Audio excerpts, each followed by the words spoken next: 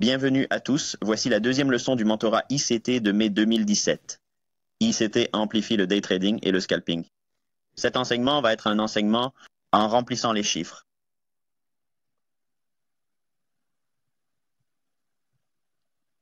Ok, nous parlons de remplir les chiffres. Nous parlons de la probabilité ou la tendance pour l'IPDA de remplir spécifiquement 4 chiffres par jour. Maintenant, la fourchette quotidienne qu'il cherchera à remplir ou à négocier 2 pour des niveaux spécifiques chaque jour de bourse. Ces deux niveaux qui viennent d'abord à l'esprit sont le plus haut et le plus bas du jour précédent. En tant que day trader, vous allez travailler avec les plus hauts et les plus bas de la veille et les plus hauts et les plus bas des 3 derniers jours, quel que soit le plus élevé à cet égard, pour pointe d'oscillation sur la base d'un graphique journalier. Ces pointes de référence vont être comme votre pain et votre beurre. Vous allez aller à ces niveaux spécifiques parce qu'ils vont vous donner beaucoup de contexte, comme vous l'apprendrez plus tard dans ces mois d'enseignement. Mais le plus haut et le plus bas de la veille, nous cherchons toujours à atteindre l'un de ces niveaux.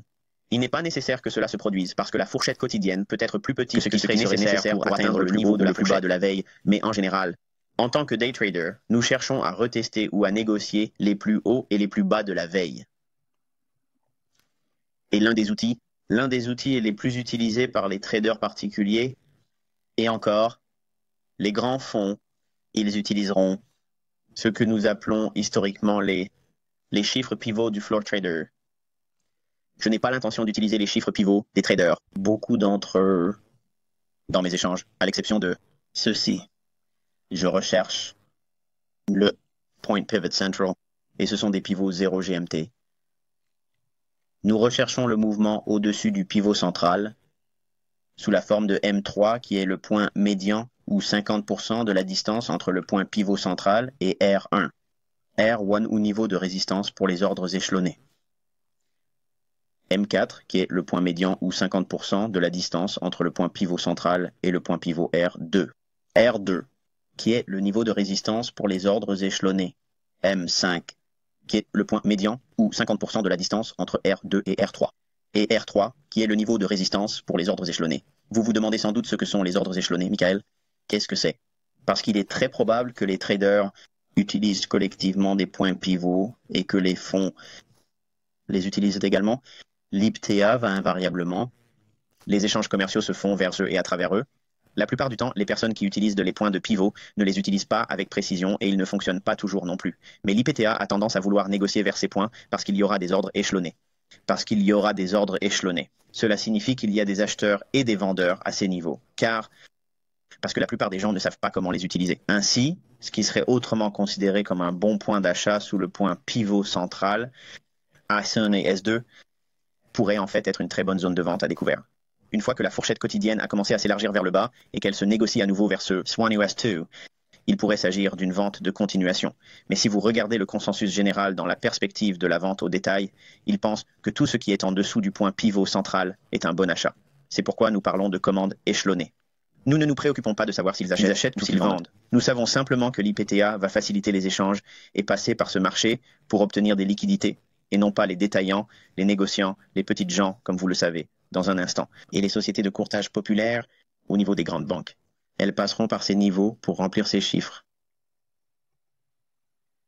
Et évidemment, sous le pivot central, nous recherchons M2, qui est le point médian ou la distance entre le pivot central et S1.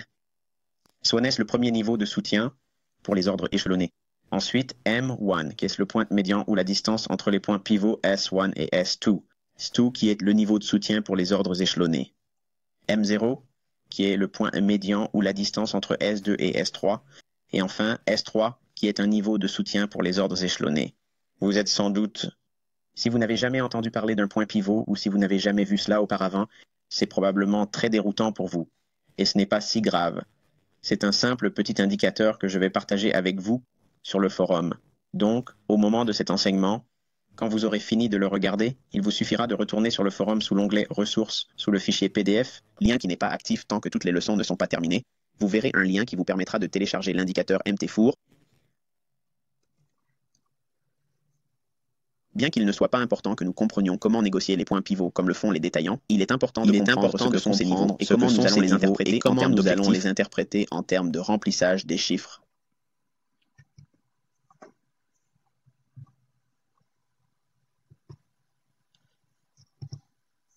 En utilisant la direction du flux d'ordre et la matrice PD-array pour un biais spécifique, nous pouvons utiliser ces chiffres pour nous aider à déterminer quel numéro nous remplirons ce jour-là. Le point d'entrée de la transaction que vous utilisez pour vos transactions, vous recherchez les nombres qui se rempliront à partir de ce point de prix. Si vous optez pour une position longue, à partir de votre point d'entrée, vous regardez au-dessus de votre point d'entrée les 4 niveaux séquentiels au-dessus. Si vous vendez à découvert, vous regardez en dessous de votre point d'entrée les 4 niveaux séquentiels inférieurs.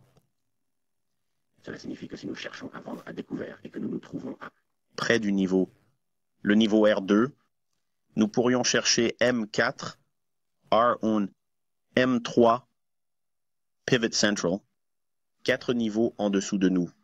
Ce serait un exemple de recherche des nombres à remplir en utilisant les pivots.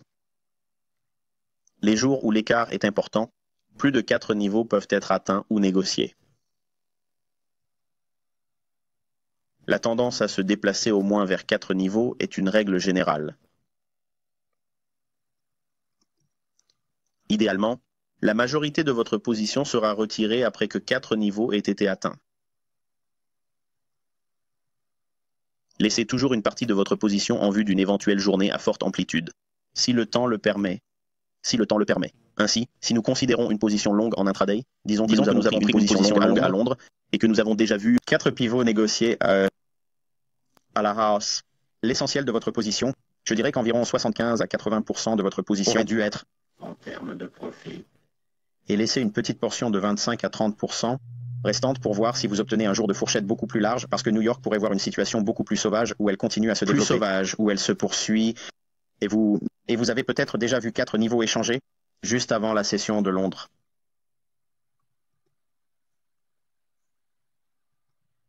En utilisant le flux d'ordre, direction et la matrice du réseau de PD pour un biais spécifique, l'utilisation de la fourchette des courtiers de la Banque centrale, lorsque vous vendez le marché à découvert, en vendant au-dessus de la fourchette des cambistes de la Banque centrale, vous comptez le bas de la fourchette des cambistes de la Banque centrale, la fourchette elle-même, comme un niveau où c'est le niveau 1 de 4 à remplir. En d'autres termes, une fois que nous avons déterminé la fourchette des cambistes de la Banque centrale, quelle que soit sa ligne ou la fourchette, elle crée le base de cette consolidation ou de la fourchette, quel que soit le chiffre le plus bas, que vous utilisiez le bas de Wicks ou la clôture ou l'ouverture la plus basse pour les corps, quel qu'il soit, cela représente le premier de 4. Il faut donc le compter comme 1. L'idéal serait donc de vendre à découvert au-dessus de ce plus bas, au-dessus de ce niveau bas. Donc, quand le prix baisse en votre faveur, quand vous êtes à découvert, quand vous passez au-dessus de la fourchette basse du courtier de la Banque centrale, cela compte pour 1 sur 4. Nous nous attendons à ce que le marché se négocie à la baisse jusqu'à 4 points bas de la fourchette des courtiers de la Banque centrale. Regardons le graphique et voyons un exemple. Tout ce que nous vendons ici, nous l'inversons pour l'acheter. Donc, en prenant une position courte ici, ce serait le niveau 1 parce que vous vendez à découvert au-dessus de la fourchette basse du courtier de la Banque centrale. Ainsi, lorsque le prix se négocie à la baisse, il s'agit du niveau de comptage numéro 1, niveau 2.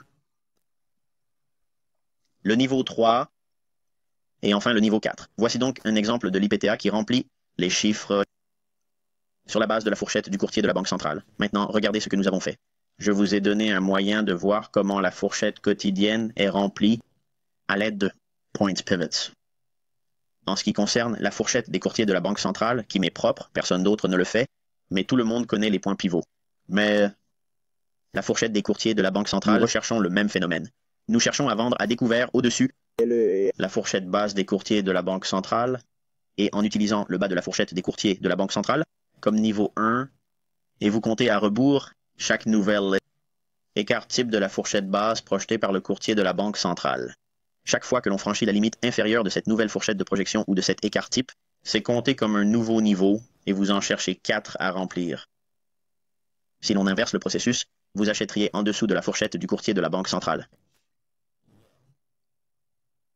Et une fois que nous aurons atteint le haut de la fourchette des courtiers de la Banque centrale, cela serait considéré comme le niveau 1 Et vous feriez continuellement les écarts types de la fourchette des cambistes de la Banque centrale, en les projetant plus haut, plus haut, plus haut, en les empilant les uns sur les autres. Et une fois que vous avez atteint 4 sommets de la fourchette des cambistes de la Banque centrale, c'est le niveau 4. Oh, les chiffres remplis sur la base de la fourchette des courtiers de la Banque centrale. Donc l'IPTA cherchera à remplir 4 pivots intraday. Il cherchera à remplir 4 fourchettes des courtiers de la Banque centrale, projection ou écart type. L'un ou l'autre peuvent être utilisés. Je sais déjà ce que vous pensez, mais croyez-moi, je vais répondre à cette question. Nous y reviendrons à la fin de cet enseignement. En utilisant la direction du flux de commande et la matrice des taux de PDA pour un biais spécifique, utilisez la fourchette asiatique lorsque vous achetez le marché. En achetant en dessous de la fourchette asiatique, vous comptez le haut de la fourchette asiatique comme le premier des 4 niveaux à remplir. S'attendre à ce que le marché se négocie à la hausse, 4 sommets de la fourchette asiatique, voir le graphique à gauche, et tout ce que je vous montre ici, vous allez l'inverser pour la vente à découvert. Ok, vous voyez que le marché fait un plus bas ici. Après l'ouverture des bougies de minuit, trades plus bas, la fourchette asiatique se remplit à la hausse, numéro 1, niveau numéro 2, niveau 3 et le numéro 4. Et comme je l'ai déjà mentionné au début de ce enseignement, 4 n'est qu'une règle générale, vous pouvez toujours passer à un niveau supérieur ou plus. En continuant avec notre théorie de remplir les chiffres en utilisant la direction du flux d'ordre et la matrice du tableau PD pour des achats spécifiques, utilisez le float. Oh, nous n'en avons pas encore parlé, n'est-ce pas? Utilisation du float lorsque vous vendez le marché à découvert, shorting au-dessus du float égal ou 50% de la plage qui crée l'évanouissement, vous comptez l'équilibre de la plage de l'évasement jusqu'au haut de la plage de l'évasement, comme un écart type. L'équilibre de l'intervalle de l'évasion jusqu'au bas de son intervalle est compté comme un écart type. Je vous ai probablement embrouillé, mais regardez, c'est très facile à comprendre. L'étendue totale du flottement est projetée sur la base de 50% de son étendue complète, et la fourchette est déterminée entre 15 heures à New York et minuit à New York. Donc, quelle que soit cette fourchette, le plus haut niveau et le plus bas niveau, ou l'ouverture ou la fermeture la plus haute et l'ouverture ou la fermeture la plus basse, quelle que soit la fourchette choisie, il faut faire les deux maintenant, parce que nous devons toujours tenir compte de l'erreur potentielle en examinant les flux de données de détail. Mais en utilisant les deux, nous aurons une bonne idée. Mais nous prenons cette fourchette totale de 15 heures à minuit, heure de New York, quelle que soit cette plage, nous trouvons ce que ou l'équilibre, ou encore trouver le seuil moyen de cette fourchette totale. Ce que vous obtenez, c'est 2 nouvelles fourchettes, mais l'une de ces fourchettes correspond à l'un des nombres utilisés pour le float. On s'attend à ce que le marché descende de 4 fourchettes de float sous la forme d'un bas, donc une fois que l'on a projeté le float vers le bas d'une fourchette, un nouveau plus bas de sa fourchette divisée en 2, cela constitue le niveau 1 des 4 nombres à remplir pour la journée, et vous verrez le graphique à gauche, et vous verrez à quoi je fais référence, mais nous allons revenir sur le float ce mois-ci, parce que je vais enseigner tout ce que je sais à ce sujet, mais tout ce que je vous montre ici, vous l'inversez pour l'acheter. Nous avons le float. Entre les deux lignes bleues, et les cases ombrées sont un peu au-delà, la fenêtre de temps, mais je fais la première. Boîte grise la plus haute, ayant en dessous de la boîte bleu clair, c'est l'ensemble de la gamme des flûtes. Ce que j'ai fait ici, c'est que je l'ai divisé en deux, pour créer 2 fourchettes de prix. Le prix doit être vendre à découvert si vous voulez être baissier. Vous devez vendre à découvert au-dessus de l'équilibre de la fourchette totale de fluctuation ou dans la partie supérieure de cette fourchette ou dans la boîte grise indiquée par la flèche. Le prix baisse jusqu'au niveau 1 qui est le nouveau bas de la fourchette de fluctuation ou, en gros, la moitié inférieure de la fourchette de fluctuation totale. C'est le niveau 1. Si nous étions haussiers et que nous achetions en dessous de l'équilibre de la fourchette totale entre 15 heures et 12 heures à New York, nous achèterions en dessous de l'équilibre de la fourchette totale et en utilisant le plus haut de la fourchette de fluctuation comme premier niveau ou comme premier des 4 nombres à remplir pour la journée. Vous continuez à projeter la moitié de la fourchette totale du float comme nouveau chiffre Remplir, d'accord. Donc vous ne projetez pas l'ensemble de la fourchette. Vous projetez en fait et vous faites des écarts, type de 50% de la fourchette entre 15 heures et minuit, de la fourchette de New York. 15 heures et minuit, heure de New York. Vous pouvez voir le niveau 2 ou le deuxième chiffre à remplir. Niveau 2 ou le deuxième chiffre à remplir, qui est la troisième plage d'écart, basse. Le quatrième, bas de la fourchette, est en fait le numéro 4 de la gamme. Et le dernier, quatrième, est vu avec le quatrième chiffre de la fourchette quotidienne à remplir. Il est évident que l'on projette encore une fois, parce que, comme pour tout ce que nous avons montré ici, 4 est juste une règle générale. Il descend jusqu'à un cinquième niveau, atteignant en fait le niveau le plus bas, et ceci est une livre yen. Livre et le yen. Juste pour vous, les gars qui aimez trader, c'est les payeurs exotiques. Ce truc fonctionne là aussi. Et je sais déjà à quoi vous pensez. Michael, lequel dois-je utiliser? Dois-je utiliser les pivots? Est-ce que j'utilise la fourchette des cambistes de la Banque centrale? Dois-je utiliser la fourchette asiatique? Est-ce que j'utilise le float?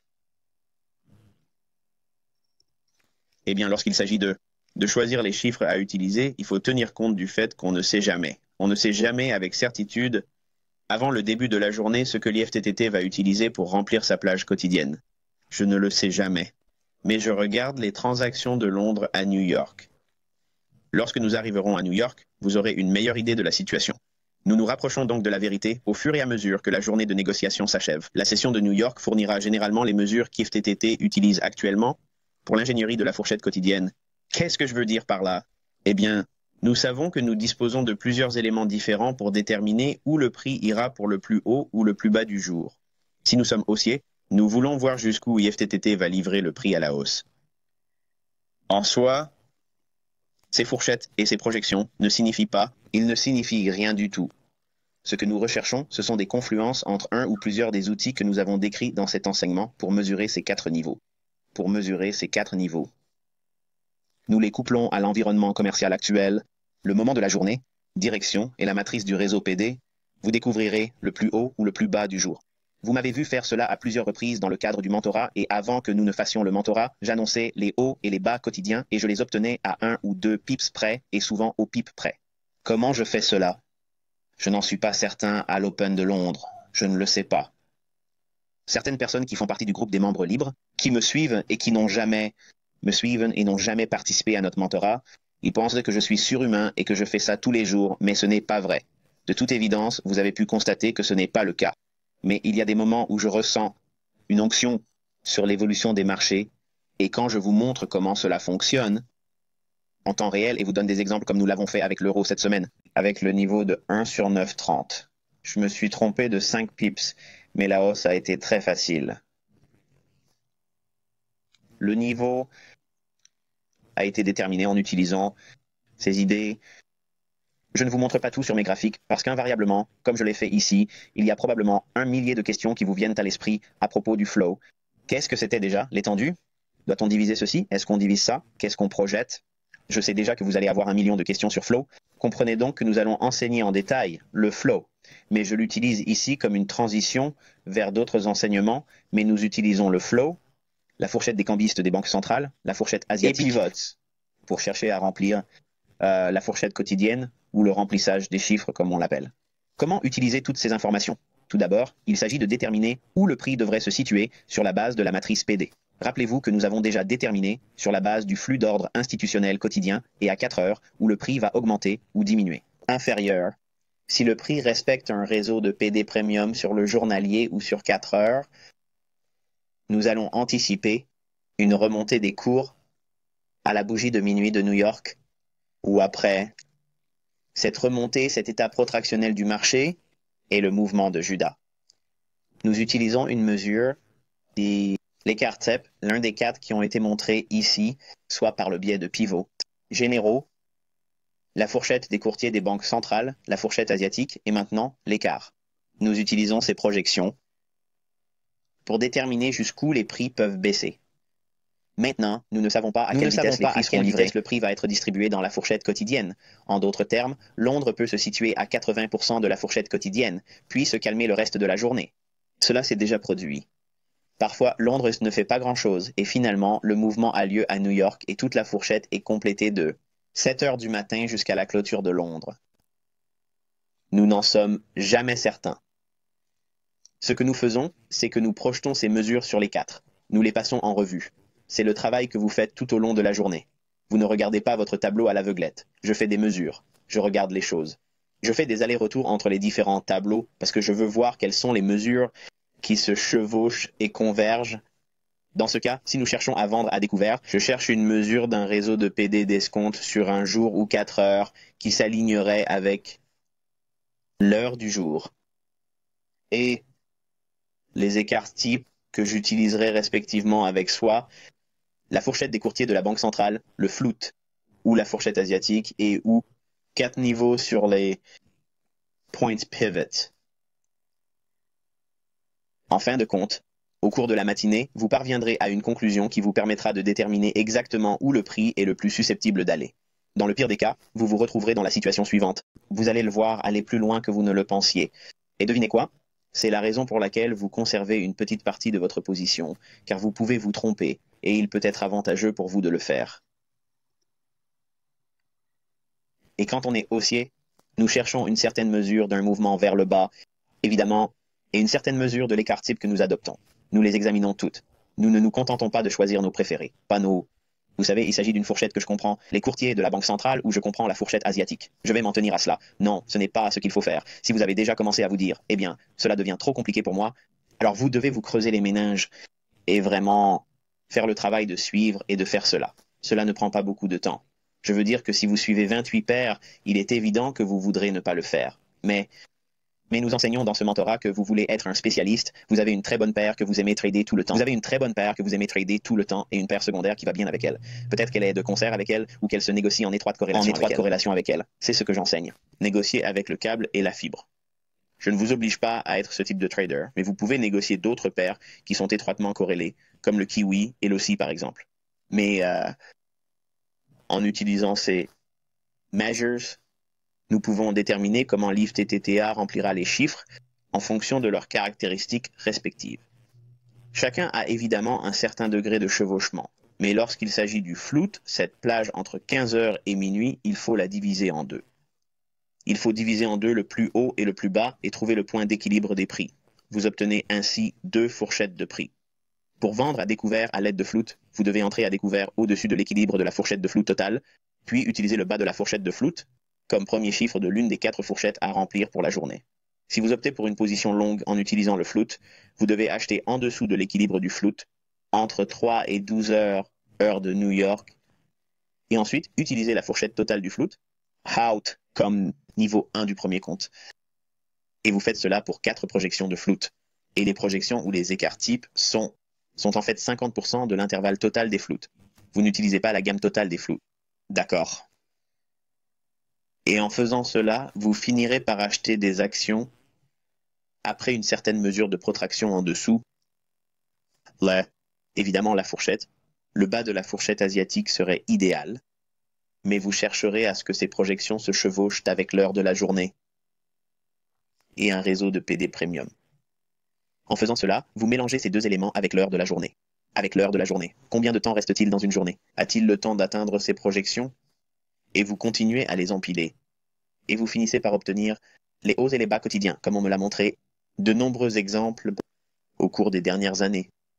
Mais cet enseignement est exactement la façon dont je le fais. Il n'y a pas de sauce secrète en dehors de cela. Il y a quelques petites choses que je dois vous apprendre sur le float. Pour le reste des enseignements de ce mois, mais vous saurez tout ce que je fais.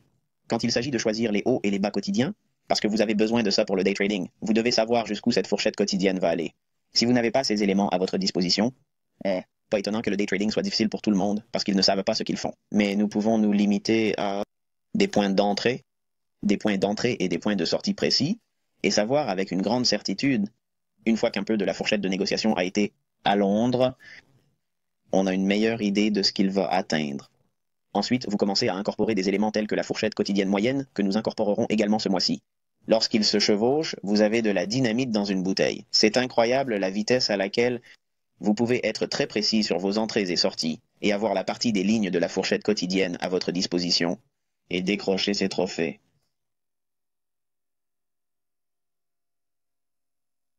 Maintenant, évidemment, en mélangeant plusieurs de ces concepts, vous obtenez une confluence d'une précision.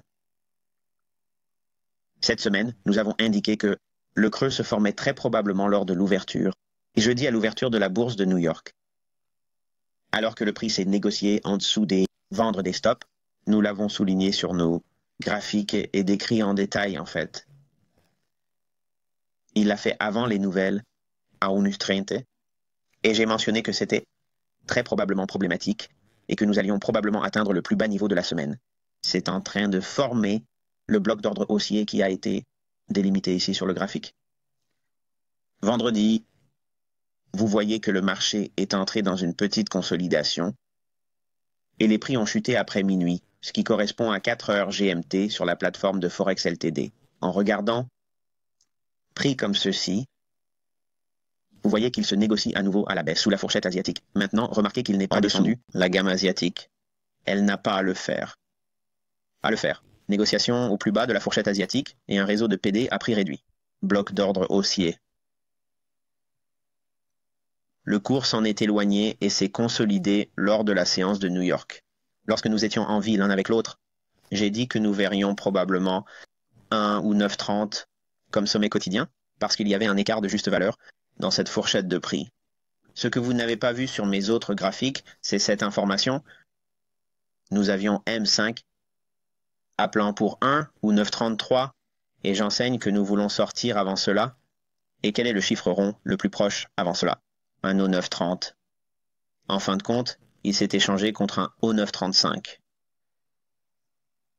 La probabilité que vous trouviez ces informations sur Internet ou dans le travail d'autres personnes, en utilisant des points de pivot, vous obtiendrez peut-être de temps en temps quelque chose qui se chevauche. Ils feront toutes sortes de Fibonacci par-ci et de Fibonacci par-là. Et de temps en temps, vous pouvez obtenir une bonne transaction. Les pivots ne sont pas des nombres magiques. Nous les utilisons pour déterminer jusqu'où la fourchette va s'étendre. Je ne les utilise pas tellement pour les entrées, mais je les utilise dans le contexte présenté ici. Lorsque je cherche les chiffres à remplir, je cherche 4 dans j'en cherche 4. 4 niveaux, soit par la fourchette de la Banque centrale, écart type de la fourchette asiatique, flout, 50% de cette fourchette divisée en deux. Chacun d'entre eux constitue un nouvel écart type de la fourchette flout. J'en cherche 4, ou je cherche 4 pivots. Encore une fois, comme je l'ai dit au début de ce mentorat, il va falloir que vous réfléchissiez avec les choses, avec ce qui sera enseigné à la fin. Nous sommes maintenant dans le vif du sujet. Il faut donc y travailler. Vous ne pouvez pas simplement mettre ces choses sur votre tableau et qu'elles vous parlent d'elles-mêmes. Vous savez, il n'y a pas de téléchargement n'a lieu simplement parce que c'est sur votre carte. Il faut réfléchir et vous devez faire un peu de travail et prendre des mesures tout au long de la journée. Ce n'est pas facile. Cela demande du travail et des efforts. Mais lorsque vous y mettez du vôtre, vous obtenez des résultats étonnants. Vous obtenez des résultats étonnants. Et c'est ce que vous recherchez. Vous avez signé avec ce mentorat pour voir comment je fais ces choses. Vous me voyez les faire et maintenant vous voyez comment j'obtiens ces informations. Mais voici l'essentiel. Si les marchés ne bougent pas et ont de la volatilité, vous ne pouvez pas obtenir de précision car il faut qu'il y ait un déplacement. Regardez ce beau mouvement que nous avons vu lors de la session de New York et qui a explosé comme ça. C'est ce dont nous avons besoin. Quand le prix nous donnera cela, alors je vous montrerai ce mojo. Et jusqu'à la prochaine fois, je vous souhaite bonne chance et bon trading.